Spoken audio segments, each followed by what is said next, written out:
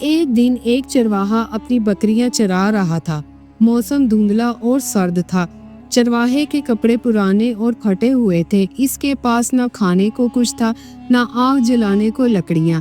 اچانک اسے ایک بوڑھی عورت نظر آئی جو راستے میں بیٹھی تھی۔ عورت کے ہاتھ میں ایک چھڑی تھی اور وہ تھکی ہوئی لگ رہی تھی۔ چرواہا بکریوں کو چھوڑ کر اس عورت کے پاس گیا۔ اس نے نرمی سے پوچھا، ماں جی آپ یہاں اکیلی کیوں بیٹھی ہو؟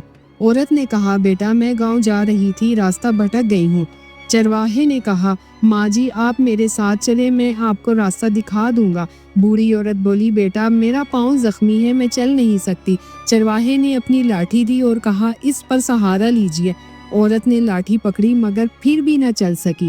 چرواہا آگے جھکا اور کہا، ماں جی میں آپ کو اٹھا کر لے جاتا ہوں۔ وہ اسے اپنی پیٹھ پر اٹھا کر چلنے لگا۔ بکریاں بھی اس کے پیچھے پیچھے چلنے لگی۔ راستہ لمبا تھا مگر چرواہا تھکا نہیں۔ وہ عورت سے باتیں کرتا رہا تاکہ وہ بور نہ ہو۔ عورت نے پوچھا، تمہارے ماں باپ کہاں ہیں؟ چرواہا بولا، ماں بچپن میں فوت ہو گئی، اب میں اکیلا ہی ہوں۔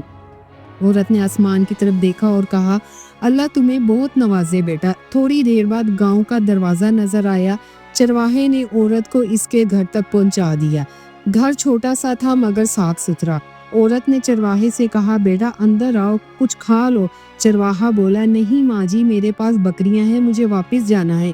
عورت اصرار کرنے لگی۔ آخر کار چرواہا اندر چلا گیا۔ عورت نے روٹی، دودھ اور کھجوریں رکھ دی۔ چرواہے نے شکریہ ادا کیا اور کہا، آپ بالکل میری ماں جیسی ہو۔ عورت مسکرائی اور بولی، اور تم میرے بیٹے جیسے ہو۔ پھر اس نے ایک کپڑا کھولا جس میں سونے کا ایک چھوٹا سکہ تھا۔ اس نے سکہ چرواہے کو دیتے ہوئے کہا، یہ میری طرف سے تحفہ ہے۔ چرواہے نے سکہ لینے سے انکار کیا۔ عورت نے کہا، بیٹا یہ تمہاری نیکی کا بدلہ ہے۔ چرواہا بولا، میں نے صرف ایک ماں کی مدد کی ہے۔ عورت کی آنکھوں میں آنسو آ گئے۔ اس نے سکہ زبردستی چرواہے کی جیب میں ڈال دیا۔ چرواہا مسکرایا اور رخصت ہونے لگا۔ جاتے جاتے اس نے پیچھے مڑ کر ماں جی کو سلام کیا۔ چرواہا بکریوں کے ساتھ واپس جنگل کی طرف چل پڑا۔ اس کے دل میں سکون تھا، جیسے کوئی بہت اچھا کام کیا ہو۔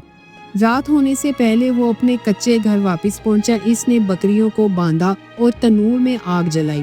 پھر وہ جیب سے سکہ نکال کر دیکھنے لگا۔ وہ سکہ چمکتا ہوا خوبصورت اور قیمتی لگ رہا تھا۔ اس نے سکہ ایک مٹی کے چھوٹے برتن میں رکھ دیا۔ وہ برتن اس کی ماں کی یادگار چیزوں کے ساتھ رکھا تھا۔ صبح ہوئی تو چرواہا بکریاں لے کر پھر جنگل کی طرف گیا۔ راستے میں ایک آدمی بیٹھا رو رہا تھا۔ چرواہے نے پوچھا، بھائی کیا ہوا؟ اس آدمی نے کہا، میری بیٹی بیمار ہے، دوا کے پیسے نہیں۔ چرواہے نے تھوڑی دیر سوچا، پھر اس نے جیب سے سکہ نکالا۔